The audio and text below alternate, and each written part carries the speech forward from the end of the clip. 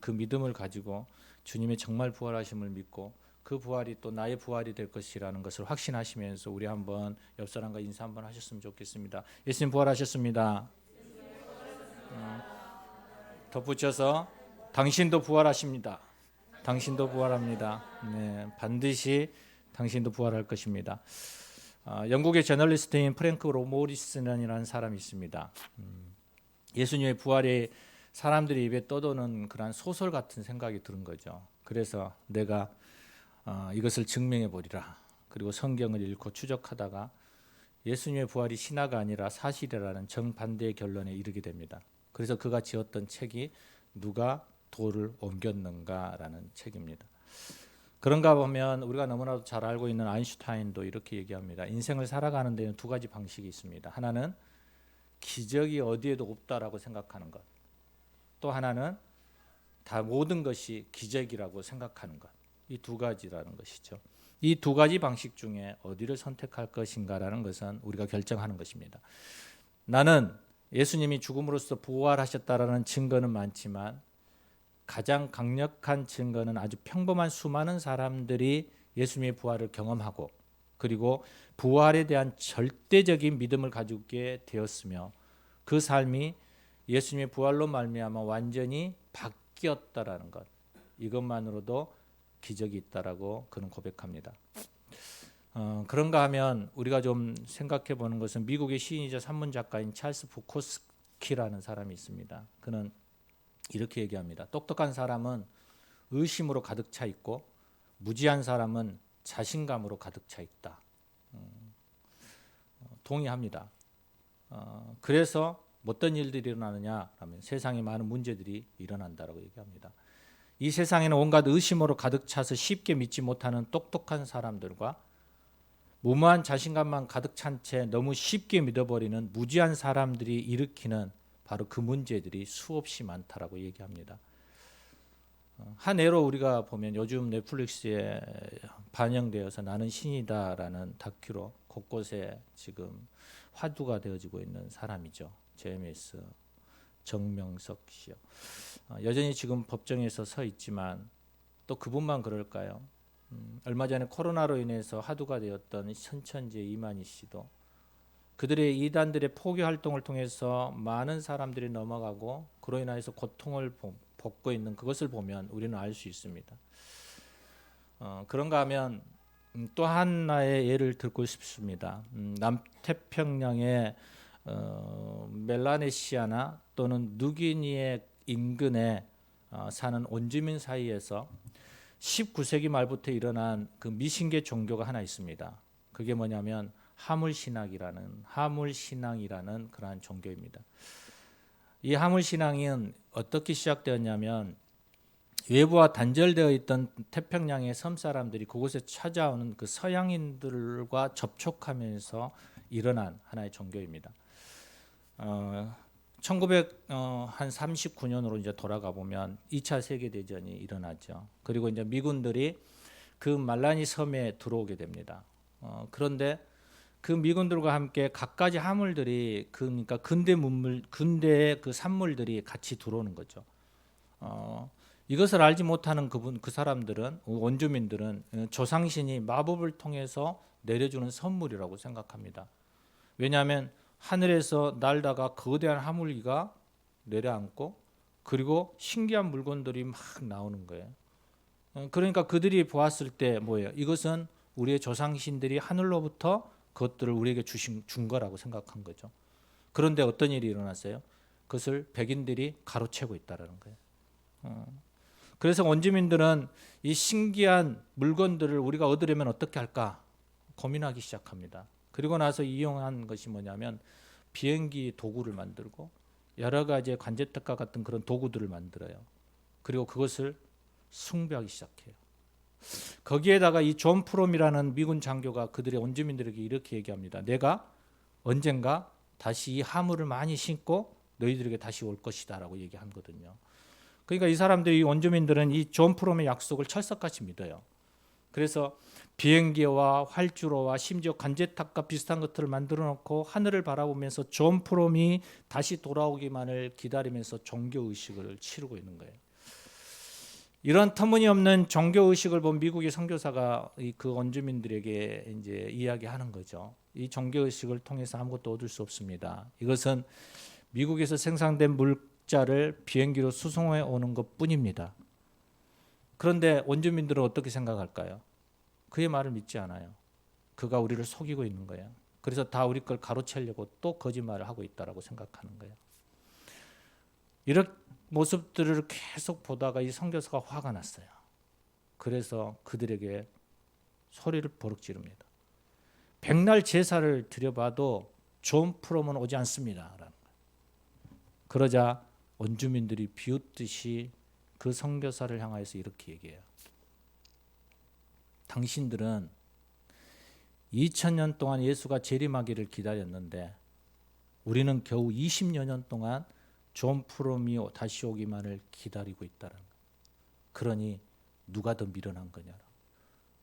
여러분 여기에 어떻게 생각하십니까? 신앙을 보면 우리가 무조건 의심하는 것도 문제지만 너무 쉽게 믿어버리는 것도 문제라고 저는 생각합니다. 이 화물신앙을 보면서 우리의 신앙이 지금 이 원주민들이 하고 있는 화물신앙과 같지 않나. 때로는 이 화물신앙을 보면서 우리 안에 떠오르는 한 사람이 있죠. 모세가 시내산에 올라갔을 때 금송아지를 만들며 아론과 모든 이스라엘 백성들이 하나님이라고 섬기는 그 금송아지. 우리 안에 하나님이 아닌 다른 어떤 형상을 가지고 우리는 그것이 신이라고 생각하면서 계속적으로 우리는 살아가고 있습니다. 예전에는 유물적인 형상화되어져 있는 우상이 있었다면 지금은 형상화된 우상은 그렇게 많지 않는 것 같아요. 무형화되어져 있는 보이지 않는 우상들이 우리 안에 너무 많은 거죠. 그러한 상황 속에서 우리는 지금 서 있는 거예요. 우리가 믿음을 지킬 수 있다라는 그 어찌 보면 무모한 그러한 것 같은 느낌들이 드는 이러한 신앙을 우리는 갖고 있는 거예요. 원주민들이 말하고 있는 이 부활 신앙을 우리는 갖고 있는 거죠. 그들이 생각했을 때 화물 신앙, 화물 물품을 만들어서 그들이 섬기는 그 신앙처럼 우리는 부활이라는 어떤 의상을 만들어서 그것을 통하여서 우리는 믿음으로 반응하고 있지는 않는가. 여러분 한번 생각해 보시기 바랍니다. 이 질문 앞에 그럼에도 불구하고 나는 예수 그리스도의 부활을 믿는다. 그 예수 그리스도의 부활이 나의 부활이다라고 믿음의 고백을 할 수 있다면 여러분의 믿음은 진짜 믿음인 것입니다. 수많은 지금의 그 믿음을 지키지 못하도록 수많은 지금의 시대 속에서는 우리에게 유혹되어지는 것이 너무 많이 있습니다. 무엇보다도 이 부활을 믿는 신앙은 여러분 이성으로나 지적 수준으로나 이 문제를 뛰어넘습니다. 부활하신 예수님을 믿는다라는 것은 우리가 쉽게 우리가 믿어요. 예수님의 부활이 나의 부활이에요라고 말은 하지만 그러나 그것이 진짜 내 안에서부터 그 믿음으로 고백하고 있는지를 우리는 점검해 보아야 한다는 거예요. 그냥 말뿐인지 그냥 내 안에서부터 세뇌되어서 나오는 것인지 아니면 그렇게 상상하고 말하는 것인지 그러면서 우리 안에서부터 정말 내가 그것을 믿는다라면 어떻게 반응해야 될 것인지에 대해서도 우리는 한번 생각해 봐야 한다는 것이죠. 왜냐하면 2000년 전에 예수님의 제자들마저도 처음에는 부활을 믿지 않았어요. 예수님을 만나보지도 못한 우리가 예수님을 보고 그리고 그 예수님을 함께 했던 그들도 믿지 못하고 의심했는데 우리가 그것을 쉽게 믿을 수 있을 거라고 생각하지는 않아요. 수많은 지금 유혹되어져 있는 많은 것들이 우리 안에서부터 있는데 그것을 뚫고 우리가 믿음으로 반응할 수 있다는 것은 결코 쉽지 않는 부분이라는 것이죠. 그러니까 우리는 어떻게 해야 되는가 하는 거예요. 지금도 2000년 동안에 한쪽에서는 부활의 증거를 찾고 있고 다른 한쪽에서는 부활이 허구라는 증거를 찾고 있는 이 두 맥락 속에서 우리는 살아가고 있는데 하나님의 영인 성령을 의지하지 않고는 이 부활을 믿음으로 고백할 수 없는 거라는 것을 더 깊이 우리는 생각할 수밖에 없는 거예요. 여러분 안에 정말 믿음으로 부활을 믿는다면 이성으로나 과학으로나 증명될 수 없는 이 기적과 같은 이 일들이 내 안에서부터 2000년 전에 예수로부터 일어났고 그리고 언제일지는 모르지만 나도 그 부활의 소망 가운데 살아가고 있다라고 끊임없이 우리가 믿음으로 고백한다면 그 고백은 여러분의 의지로 되어지는 게 아니고 여러분의 경험과 여러분의 이성으로 되어지는 게 아니고 분명하게 그것은 성령님께서 우리 안에 믿음을 주시고 그 성령님께서 그렇게 고백하게 만든다라는 것입니다. 여러분, 이것까지 나아갈 때 여러분의 믿음이 진짜 믿음이 되는 것입니다. 내가 입으로 고백하니까 믿어. 내가 이성으로 잘 이해는 안 되지만 그냥 믿어볼래. 이게 아니라 그러한 마음이 들어올 때 성령님 내게 진짜 믿음을 주시옵소서. 정말 예수 그리스도의 부활이 나의 부활이 되어질 수 있도록 정말 믿게 해주십시오. 하나님, 당신의 그 믿음 안에서 당신을 고백하고 인정하며 그분 앞에 나의 전부를 드릴 수 있는 그러한 고백들이 내 안에서부터 일어나게 해 주시옵소서. 성령님을 우리 안에서부터 계속적으로 갈망하면서 그분에게 의탁하고 그분의 도우심을 받으며 우리는 믿음을 계속적으로 키워가야 한다는 것입니다. 이것은 어떤 지식으로나 어떤 우리 안에서부터 배움을 통해서 이루어지는 게 아닙니다. 예수를 나의 구주로 하나님을 나의 아버지라고 부를 수 있는 것은 순수한 완전한 완벽한 성령님의 도우심입니다. 오늘 본문을 보면 예수님과 함께 다니면서 그 가르침을 가장 가까이에서 듣고 함께했던 제자들, 그들마저도 예수님의 부활 소식을 들었을 때 의심하는 것을 보게 됩니다. 그 중에서도 대표적인 사람이 누구일까요? 도마죠, 도마. 오늘 본문은 도마를 디두모라 불리는 도마라고 얘기합니다.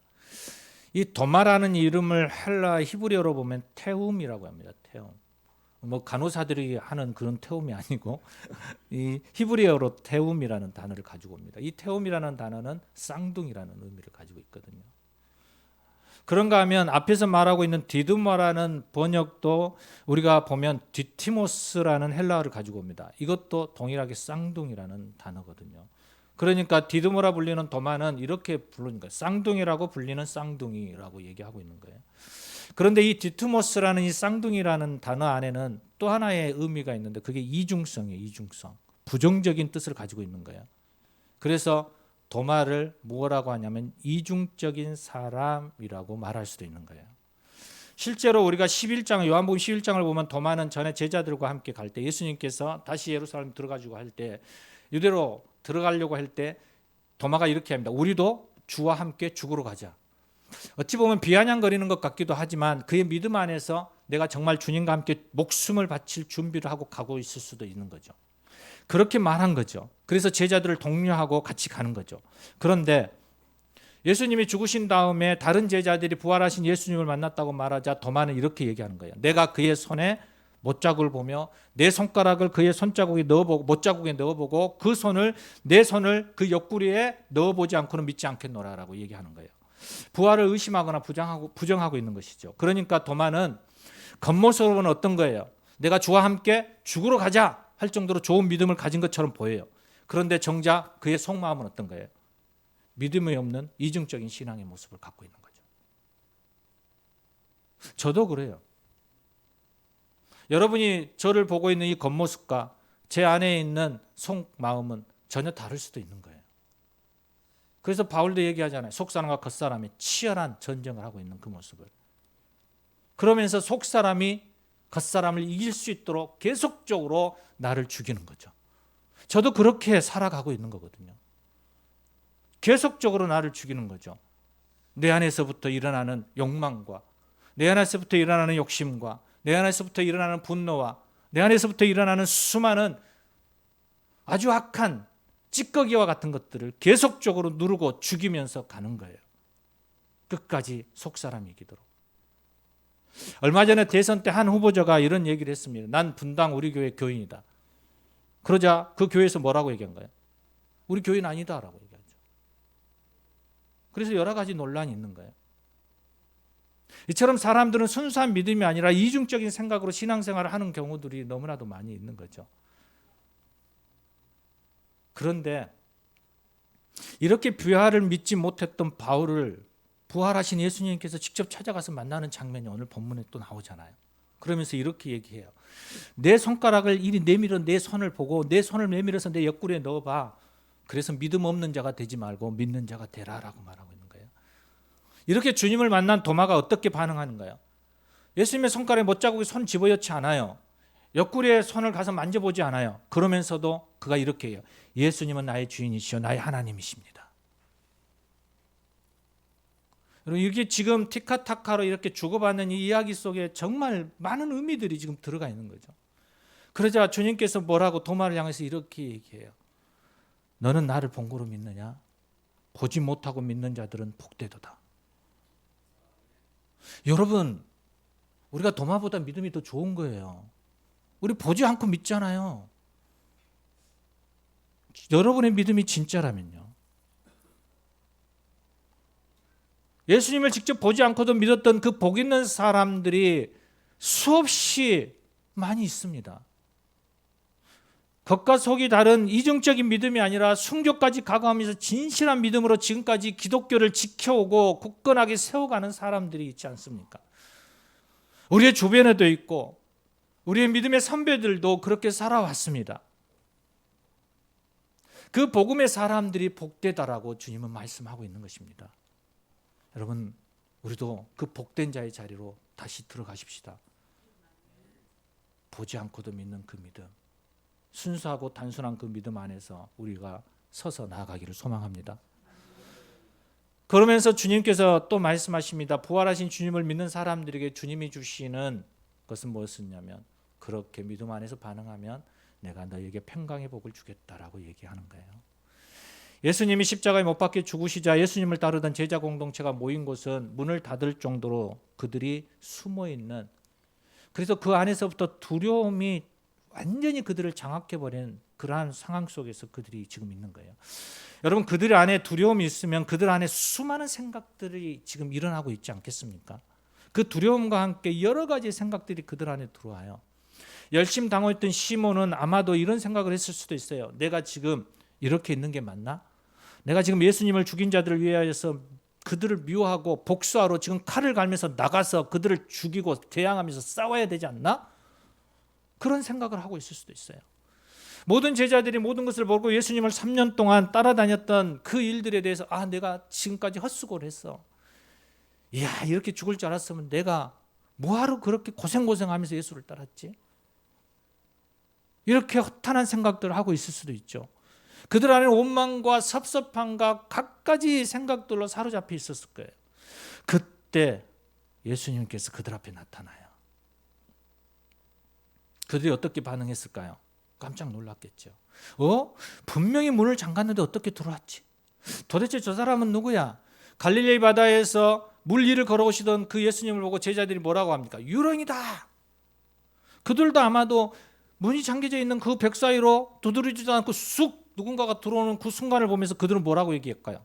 유령이다. 인간의 몸을 갖고는 그렇게 할 수가 없잖아요. 그래서 깜짝이야 놀랐을 거예요. 그런데 예수님은 그걸 알아봐요. 그러자 제자들에게 예수님이 뭐라고 말씀하셨을까요? 제자들은 이렇게 말했으려고 생각할 수도 있겠죠. 야, 드디어 예수님이 말씀하신 대로 살아났다. 이야, 이제 우리는 살았다.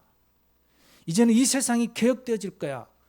예수님은 오병의 기적을 본 사람들을 다 모아라. 내가 병든 사람을 고쳐준 자들도 불러와라. 귀신 쫓아낸 자들도 데리고 와라. 나를 욕보이고 나를 때리고 나를 가시관을 씌우고 나를 못 박은 자들과 똑같이 그들에게 내가 이제 보복할 거다.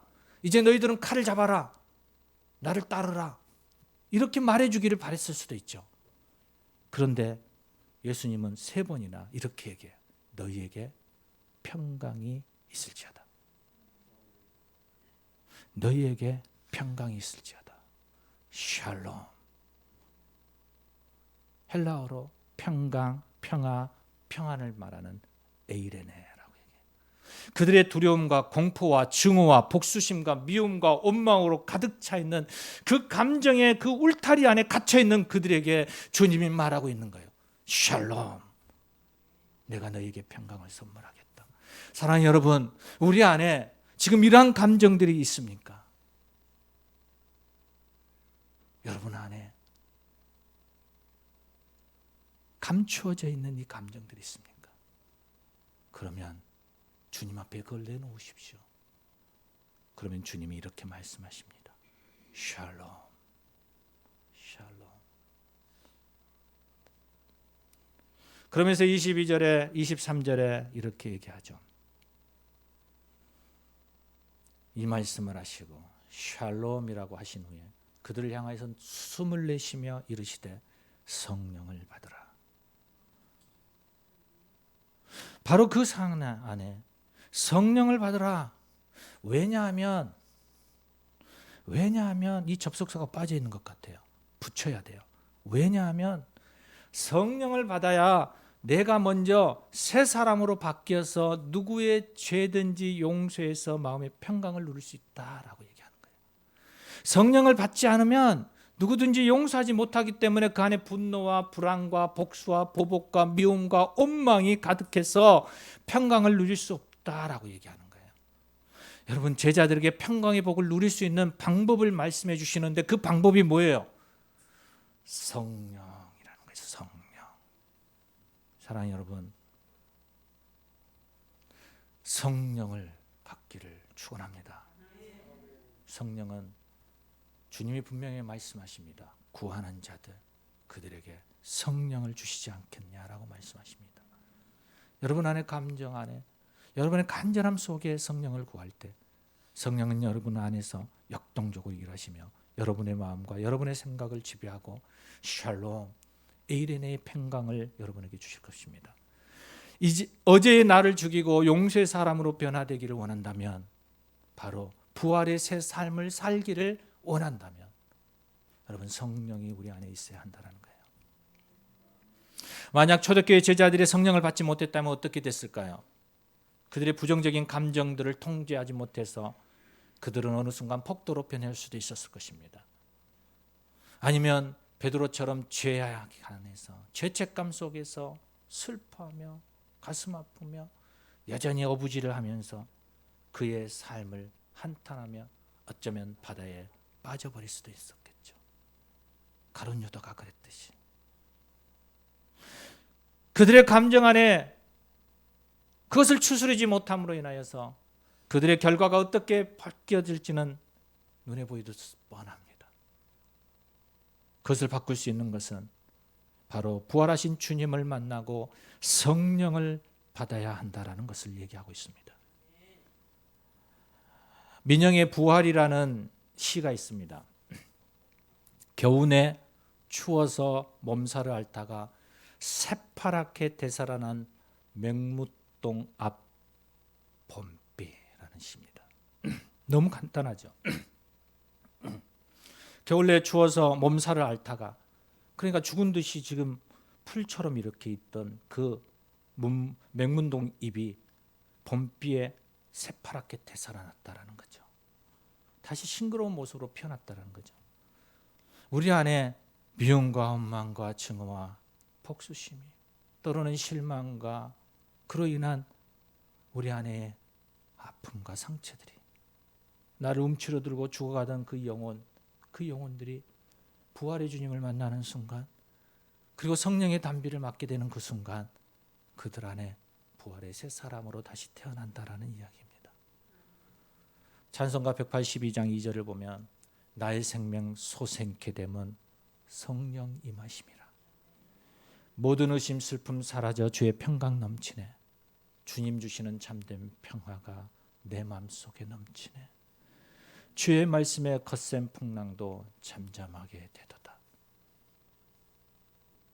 사랑하는 본성가족 여러분, 부활을 의심하면서도 믿는 척하는 이중적인 신앙이 아니라 부활하신 주님을 보지 않아도 믿는 복된 복음의 사람이 되기를 부탁드립니다. 여러분 마음 안에 있는 두려움, 분노, 의심과 슬픔, 미움과 원망의 모든 부정적인 감정들이 다 사라지고 부활하신 주님이 주시는 평강과 기쁨, 평화와 가득한 부활의 산증인이 새롭게 우리 안에서부터 역동적으로 일어나기를 축원합니다. 그 일을 위하여서 성령 충만함을 받기를 원하고 심령이 새롭게 되어 누구의 죄든지 용서하며 진리 안에서 자유함을 누리고 그 안에서 부활의 주님이 나의 부활이며 그 주님이 나와 함께 거니며 그 주님이 나의 주인됨에 대한 믿음의 고백이 저와 여러분 안에 가득 채워지기를 주의 이름으로 축원합니다. 이 시간 우리 함께 기도하시겠습니다. 두려움과 분노,